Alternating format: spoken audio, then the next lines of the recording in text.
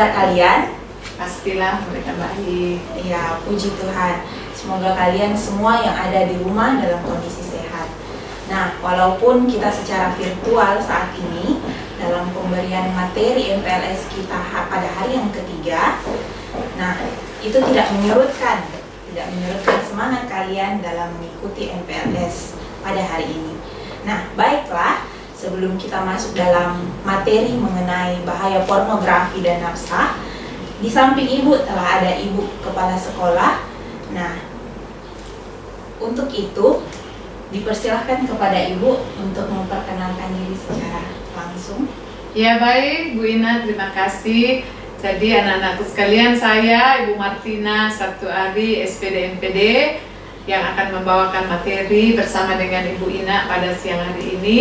Saya saat ini sebagai Kepala Sekolah SMA Kristen Elim, sekaligus juga sebagai guru kimia.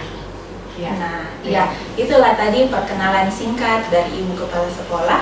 Nah, langsung saja Bu ya. Ya. Nah, masuk dalam materi kita saat ini. Materi MPLS kita saat ini terkait bahaya narkoba dan bahaya pornografi.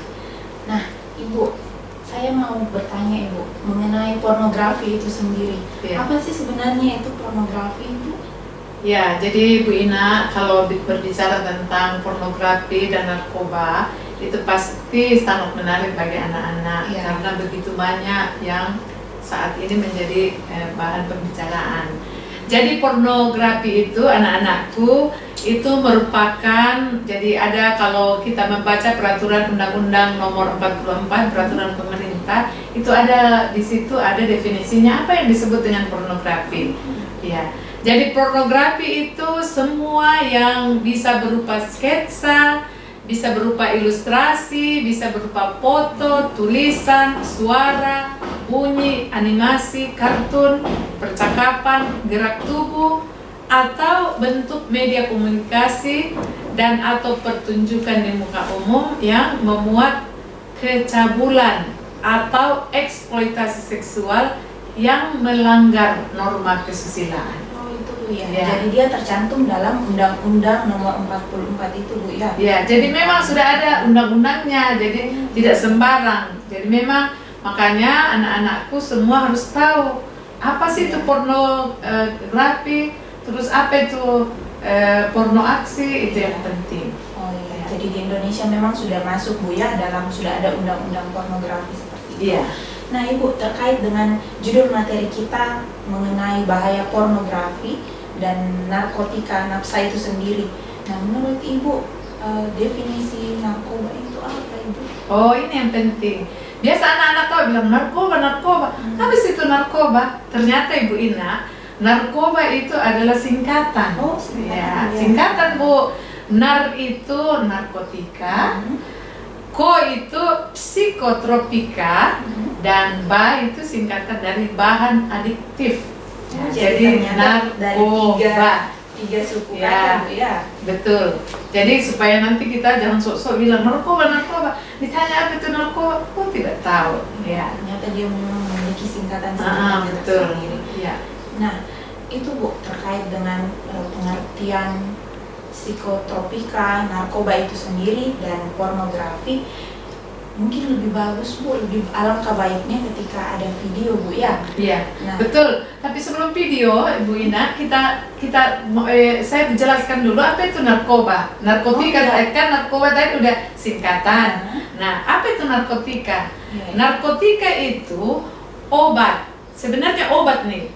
Obat berupa zat atau obat yang bisa dari tanaman, bisa juga yang bukan tanaman, yang mengakibatkan hilangnya kesadaran, hilangnya rasa sakit, dan penginderaan, dan akibatnya itu bisa menimbulkan ketergantungan. Oh iya, ya. Jadi ada dari bahan sintetis Bu ya, bukan tanaman. Ya, jadi ada yang tanaman, ada yang sintetis.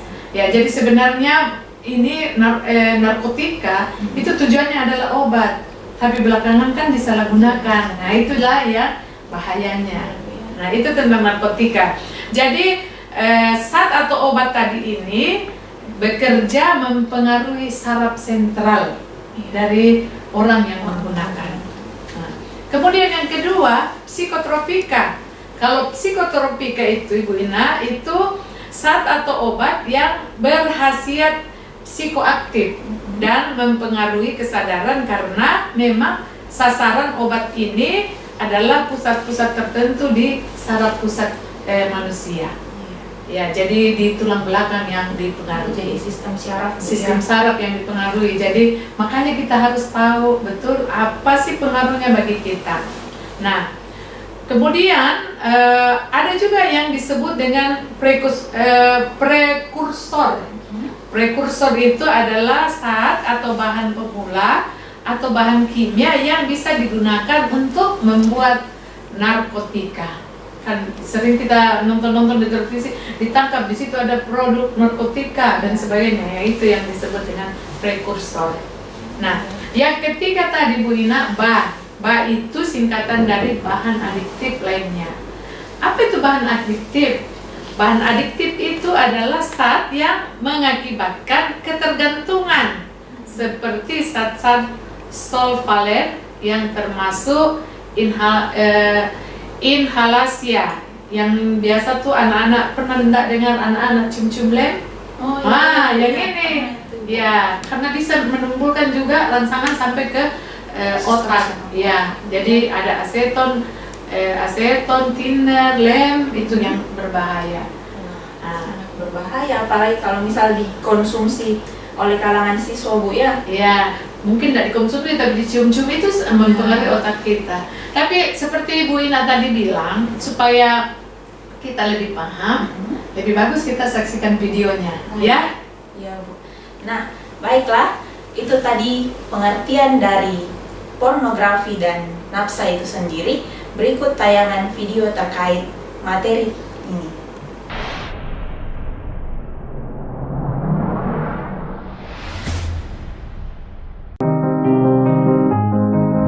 Melati, bocah perempuan berusia 5 tahun diperkosa oleh Adi, tetangganya sendiri. Korban ditemukan dengan kondisi tak sadarkan diri dan penuh luka di kepala. Adi tega memperkosa Melati setelah lebih dulu memukulnya hingga pingsan. Aksi bejat itu dilakukan pelaku usai menonton video porno. Sadarkah kita, Melati hanya satu dari ribuan kasus nyata. Pada 2014, 133 anak Indonesia menjadi korban kejahatan seksual setiap bulannya. Mengapa ini bisa terjadi? Menurut seorang psikolog asal Amerika, Victor Bicklein, terjadinya kecanduan akan pornografi berkaitan erat dengan meningkatnya kasus kejahatan seksual dan perilaku seks bebas. Bagaimana pornografi membuat Adi kecanduan hingga melakukan aksi tidak bermoral? Ada 4 tahap seseorang telah mengalami kecanduan akan pornografi. Melihat, pertama kali Adi terpapar pada pornografi secara halus dari iklan handuk, iklan pakaian dalam, iklan sabun, iklan parfum, dan berbagai iklan lainnya yang menunjukkan keindahan tubuh wanita. Pornografi samar ini masuk melalui mata untuk menyalakan tombol on di kepala Adi, sehingga mudah memasukkan muatan porno selanjutnya secara bertahap dan bertingkat. Sekali tombol on ini menyala, selamanya ia tidak bisa dimatikan. Pada tahap ini, Adi masih merasa jijik, kaget, dan tidak nyaman. Penasaran dan mulai kecanduan. Bersamaan dengan itu, senyawa kimia alami di otak yang bernama dopamin diaktifkan. Aktifnya dopamin membuat Adi merasa senang dan nyaman, sekaligus secara otomatis penasaran, sehingga membuat Adi ingin melihat konten porno lagi, dan lagi. Perasaan kaget dan jijik yang timbul ketika pertama kali melihat gambar porno secara bertahap menghilang dan berubah menjadi rasa penasaran, membuat Adi semakin terjerumus pada kecanduan pornografi. Berkurangnya kepekaan dan peningkatan level porno. Begitu Adi mulai terjerumus pada kecanduan, Adi mengalami proses yang terus berulang, yaitu berkurangnya kepekaan dan peningkatan level porno.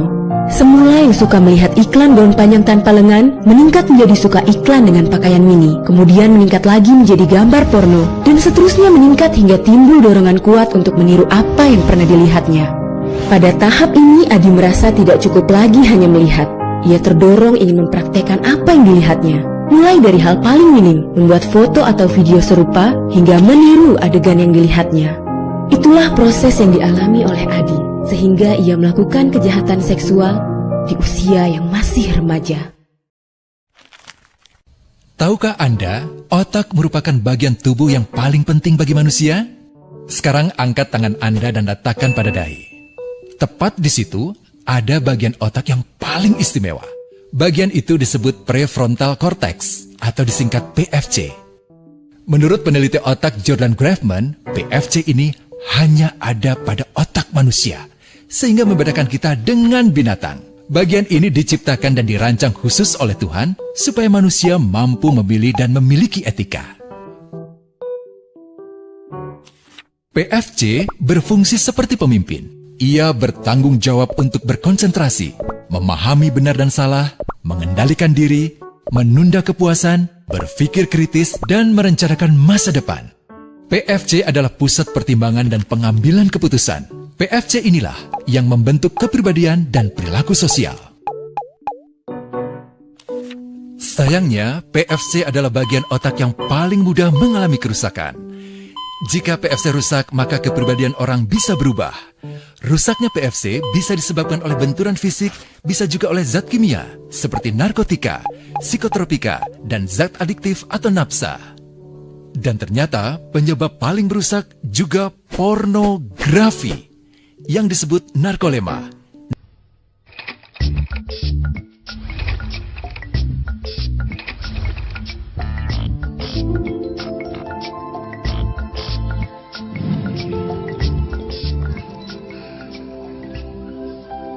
Mencegah lebih baik daripada mengobati. Pencegahan penyalahgunaan narkoba dilakukan untuk memastikan perkembangan anak-anak berlangsung secara sehat dan aman, agar mereka dapat mewujudkan bakat serta potensi mereka dan bermanfaat bagi keluarga, masyarakat, maupun negara. Anak-anak yang memasuki dunia sekolah akan beradaptasi dengan lingkungan baru. Ketika lulus sekolah dasar, ada masa transisi ke SMP dan kemudian ke SMA. Tiap tahap maka akan berbeda pula lingkungannya, sehingga anak harus selalu melalui proses adaptasi baik sosial, psikologi, dan pendidikan.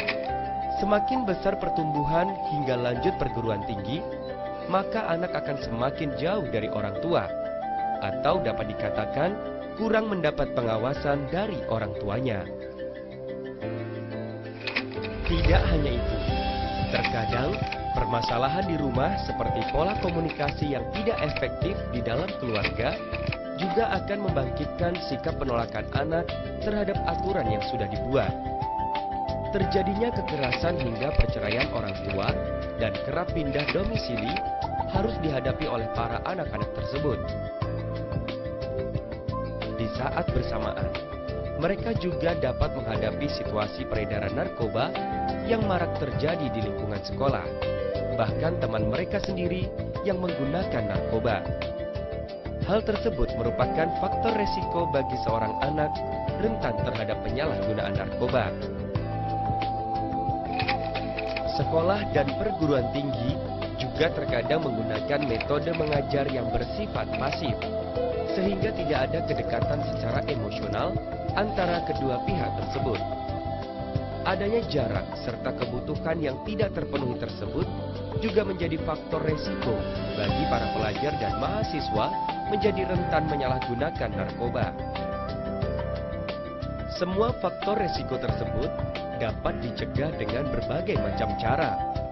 Orang tua yang menjalani pola hidup sehat dan aman serta selalu dekat dengan anak dapat menciptakan suasana kehangatan dan saling percaya di antara anggota keluarga. Tidak hanya itu, orang tua yang tetap memantau kegiatan anaknya dan dapat menerapkan disiplin di dalam keluarga secara konsisten dan efektif dapat membantu seorang anak memiliki kepribadian yang kuat untuk mencegah penyalahgunaan narkoba. Orang tua juga dapat menerapkan pola komunikasi tentang pentingnya keluarga sehat, serta menyempatkan waktu untuk anak dan keluarga. Berikan dukungan kepada anak, baik kognitif, emosional, sosial, dan keuangan. Mampu memecahkan dan menyelesaikan masalah keluarga, dan mau menolong anak untuk meraih impian dan tujuan hidup mereka. Tidak hanya itu, para pelajar dan mahasiswa juga bisa mengikuti berbagai program pelatihan keterampilan pencegahan yang fokus agar mereka mampu mengontrol dirinya, agar dapat membantu dan meningkatkan kesadaran emosional, serta mampu berkomunikasi dan memecahkan masalah sosial yang sedang dihadapinya. Jauhi dan lindungi keluarga kita dari keganasan narkoba. Mari berjuang bersama Badan Narkotika Nasional guna menyelamatkan masa depan bangsa. Kami mengajak setiap anak dan orang tua, pelajar dan pengajar untuk tidak berdiam diri, untuk tidak bersikap apatis. Kenali, peduli, dan dekati, karena satu nyawa terlalu berharga untuk disia-siakan, dan 1000 nyawa masih belum cukup untuk kita selamatkan. Jangan pernah berhenti, terus gapai harapan baru yang lebih baik demi Indonesia bebas narkoba.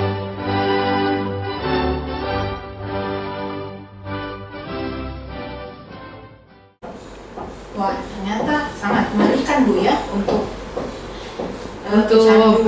pecandu pornografi dengan narkotika. Ya.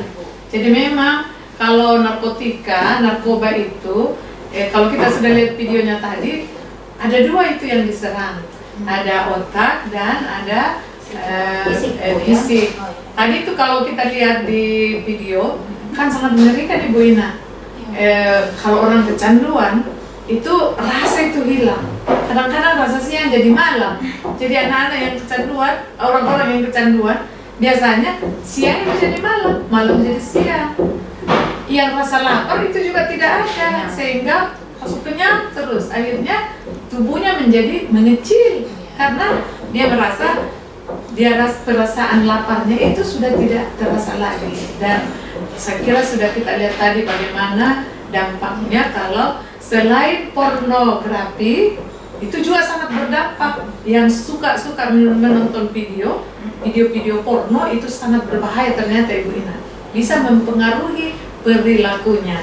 Nah, Bu Ina, kalau kalau tadi kita nonton video itu yang banyak diperlihatkan itu adalah kerusakan otak yang mempengaruhi ternyata semua kehidupan, sendi-sendi hidup. Ya. Nah sekarang ada juga yang kan saya katakan tadi ada 2, selain otak juga mempengaruhi fisik. Nah mungkin Ibu Ina tahu Ibu Ina contoh-contohnya narkoba yang pernah dengar. Contoh-contoh narkoba yang pernah saya dengar itu Bu, kalau saya tidak salah ya, ada namanya heroin kalau saya tidak salah. Bukan heroin, Bu. Heroin. Oh, heroin. Heroin. Ya. Terus ada apa Bu ya? Ekstasi. Ada metamfetamin. Ya itu Bu ya. Terus yang kebanyakan juga ini yang ada ganja. Ya, betul. Nah, supaya anak-anakku di rumah lebih paham, biar saya jelaskan sedikit ya Bu Ina. Ya, jadi sekalian dengan apa sih dampaknya kalau dia mengkonsumsi. Tapi saya harap tidak ada anak-anak elim yang mengkonsumsi, tidak ada. Ya, aminnya begitu ya Bu Ina ya. Jadi ekstasi itu karakteristik, jadi kelihatannya seperti ini. Mudah-mudahan tidak ada lagi ketemu dengan ekstasi. Tapi contohnya, maksudnya kalau kita ketemu seperti ini, oh ini loh yang namanya ekstasi. Itu berupa tablet dan kapsul yang berwarna-warni. Ya, sering di televisi itu diperlihatkan. Cara penggunaannya itu ditelan secara langsung dan mendorong tubuh melakukan aktivitas yang melampaui maksimal. Makanya banyak itu artis-artis biasanya untuk dia kira tubuhnya sudah tidak mampu, dia mendoping dia dirinya dengan minum ini, padahal di balik itu ada penyakit yang menimbulkan penyakit yang merusak dirinya. Jadi kalau orang mengkonsumsi ekstasi ada efeknya Bu Ina. Efeknya itu detak jantungnya dan tekanan darahnya meningkat. Pokoknya begitu terus berdegup-degup. Iya. Terus karena dekupannya begitu, jadi rasa senangnya berlebihan. Kayak istilahnya anak sekarang Bu nge-fly mungkin. Gitu. Dia gembira terus. Mungkin orang sedih dia ketawa-ketawa. Kelainan itu. Jadi memang harus dicek-cek itu yang suka ketawa-ketawa yang tidak pada mestinya. Jangan-jangan Ada indikasi. indikasi pertama. Terus yang berikutnya itu sesudah efeknya hilang, kalau efek yang dalam tubuhnya itu sudah hilang, dia akan menjadi kelelahan, cemas dan depresi hari-hari. Pokoknya sudah mulai cemas, tidak tahu apa penyebabnya. Nah itu. Kemudian bisa juga menimbulkan rasa mual dan muntah. Kemudian sakit kepala, hilang nafsu makan dan haus berlebih. Jadi ini ciri-cirinya kalau sudah mulai kayak cemas-cemas terus mulai mengurung-urung diri. Terus mau minum terus tapi tidak mau makan. Nah, indikasi ciri-ciri patut dicurigai. Dan yang lebih berbahaya lagi adalah dia bisa merusak otak secara permanen. Tadi sudah contoh di video ya. Nah, itu yang ekstasi. Kan ada beberapa macam. Berikutnya juga ada yang disebut metamfetamin. Apa itu bisa diulang Bu? Metamfetamin. Kalau di belakang-belakangnya dikirain vitamin. Padahal ini obat ya. Sebenarnya obat, tetapi sering disalahgunakan. Nah, metamfetamin ini berupa kristal dan cairan, mudah larut dalam alkohol dan air, dan diisap dengan bantuan bom. Kira-kira apa yang biasa kita dengar istilah di luarnya itu metamfetamin? Kalau orang lagi apa itu? Apa ya kalau begitu? Mungkin ada istilah itu yang mengisap apa? Sabu-sabu. Yang pakai botol itu Bu ya, yang dirakit-rakit. Ya, itu yang orang bilang bom. Itu yang metamfetamin yang di dalam mirip-mirip ini, tapi dia lebih bening daripada garam. Ya, mirip-mirip itu. Ya, itu yang disebut dengan metamfetamin. Apa efeknya? Efeknya itu perasaan melayang-layang. Wah, pokoknya yang Ibu Ina bilang tadi play. Bisa juga efeknya adalah bisa melihat hal-hal yang mengerikan. Bahaya. Dampak sekali. Iya. Kemudian yang efek lainnya yang lebih lama timbulnya itu adalah pada otak terjadi depresi, perasaan panik, perasaan cemas, dan kerusakan otak permanen mirip dengan tadi ekstasi. Nah, kemudian pada kulit pembuluh darah itu mengalami panas dan pecah-pecah. Jadi lama-lama itu kelihatan merah-merah di ada perubahan di kulit. Ya. Kemudian gangguan fungsi hati itu berbahayanya. Nah, itu kalau sabu-sabu yang bahasa ilmiahnya itu metamfetamin. Ya. Kemudian ada lagi ganja. Nah, ganja. Kalau ganja ini yang alami karena berupa daun. Ya, bentuknya itu umumnya di kemasannya itu dalam bentuk ganja kering, tapi ada juga yang sudah diekstrak menjadi cairan. Ya, kemudian efeknya itu menurunkan motorik. Jadi kalau orang ketagihan terus itu, kalau pakai ganja itu dia susah. Iya, motoriknya, gerakannya juga. Orang mau bilang gerakan patah-patah. Iya. Kemudian dia kelihatan gelisah, terus persepsi ruangan dan waktu itu berubah. Itu yang saya katakan, kadang-kadang yang malam itu dikira siang, siang dikira malam. Jadi dia rubah dunia. Nah, padahal perubahan dunia bukan harus dengan seperti ini, obat-obatan karena merusak dirinya. Masih ada lagi berikutnya, yaitu morfin. Nah, ini yang bahaya. Sering dengar? Saya kira Bu Ina sering pakai. Wah, tidak Ibu. Tidak. Semoga dijauhkan. Oh, jauh-jauh. Nah, mungkin anak ini pasti juga tidak ada yang menggunakan. Amin, mudah-mudahan ya Bu Ina.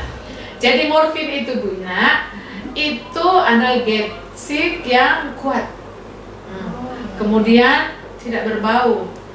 Wujudnya juga berbentuk kristal putih, agak kecoklatan sedikit. Ya, ini Bu, bisa saja kita berteman dengan orang yang perilakunya negatif, dicampurkan di air mungkin. Wih, bahayanya. Bisa jadi Bu ya, karena tidak ada baunya tadi. Iya, tidak baunya, tapi hati-hati juga karena itu orang-orang yang mengkonsumsi ini dan cari-cari tahu temannya kan mahal. Iya, jadi makanya jangan bergaul sembarang. Ya, tapi kalau Ibu Ina pastilah tidak bergaul sembarang. Ya. Ada efeknya yang bisa dilihat ketika orang menggunakan morfin. Jadi kira-kira dengan gayanya ini bisa kita lihat, oh kira-kira ini dia pakai morfin. Nah, rasa gembiranya berlebih. Ya.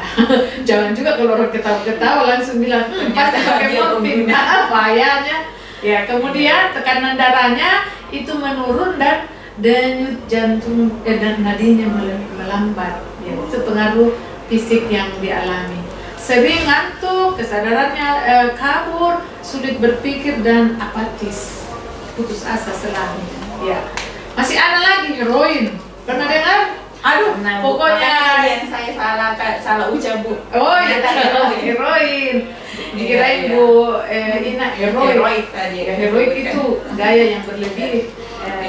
Kalau heroin itu biasa juga orang bilang putau. Bisa dengar ya? Iya. Ya, putau. Jadi kalau heroin itu Bu Ina, itu jenis narkoba yang paling cepat menimbulkan ketergantungan. Ya. Jadi wujudnya itu seperti serbuk, kan umumnya serbuk-serbuk nih. Terus rasanya pahit, rasa pahit, warna putih agak kecoklatan, tapi saya tidak pernah rasa Ji. Ya, karena ini kita baca literatur, informasi. Dan biasanya kalau orang menggunakan heroin itu digunakan dengan cara disuntik, bahkan biasa dihirup atau dimakan. Ya, jadi aneh-aneh memang caranya orang bagaimana supaya bisa mengkonsumsi itu. Nah, apa efeknya? Ada juga efeknya. Dan tadi saya katakan ini paling cepat menimbulkan ketergantungan, yaitu rasa kantuk, lesu, kayak dumui, donggolo apa, bulu-bulu kelihatan. Ya. Kemudian kalau jalan mengambang dan senang dia berlebihan, ngambang. Kayak kalau dia jalan sudah mulai miring-miring, oleng-oleng. Karena apa? Memang dimensi ruang yang dia lihat, yang jalanan rata, akhirnya miring. Yang miring, akhirnya rata. Jadi memang sudah aneh dunia. Nah, kemudian berikutnya itu rasa sakit dan kejang-kejang, kram di perut, biasa juga menggigil, bahkan bisa muntah. Itu dia, itu efeknya. efek dari heroin.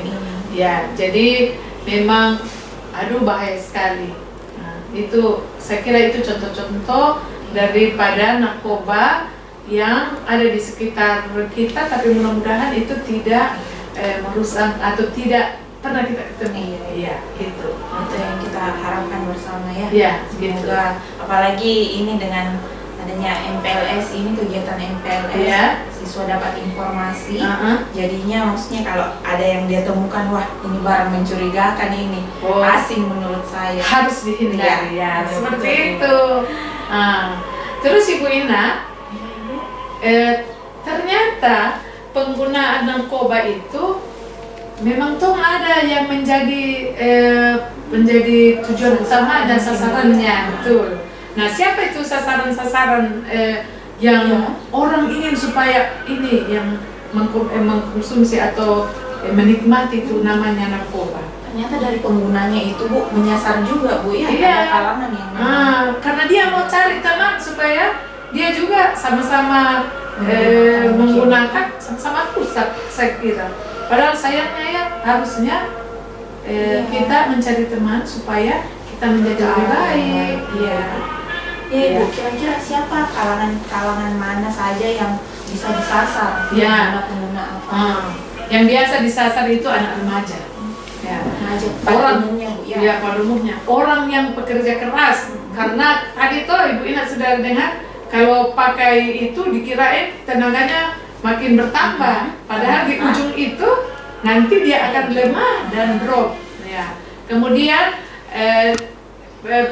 penggunaannya juga ya digunakan untuk sekedar rekreasi. Kasihan jadi Bu Ina. Ya. Kenapa remaja? Kira-kira Bu Ina. Nah, mungkin kenapa kalangan remaja? Karena kan remaja, Bu, biasanya memiliki pergumulan, ya. Maksudnya di rumahnya dia bermasalah mungkin dengan orang tua, kondisi rumah, belum lagi dengan kondisi sekolah, ada masalah dengan teman-temannya di sekolah. Ya, betul itu Ibu Ina. Jadi kenapa anak remaja?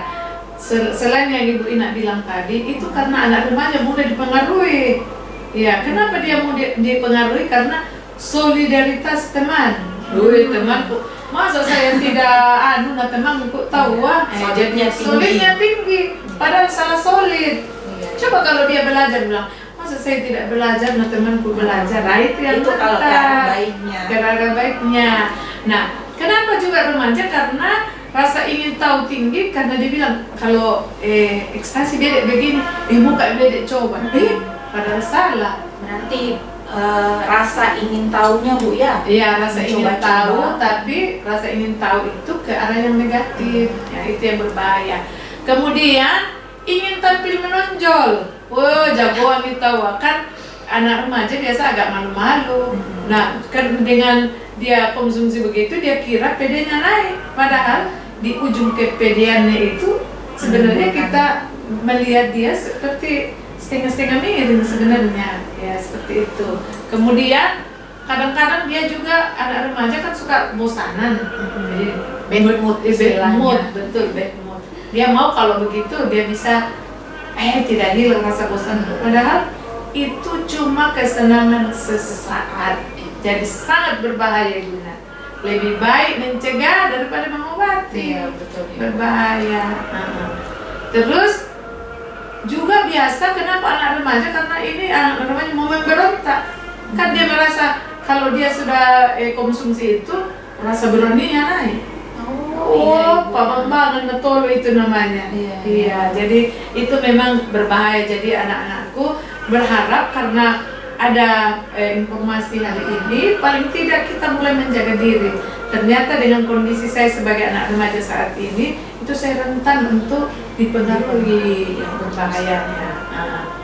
Kemudian Ibu Ina, perlu juga golongan remaja yang resiko tinggi menjadi penyalahguna narkoba. Kenapa dia risikonya tinggi?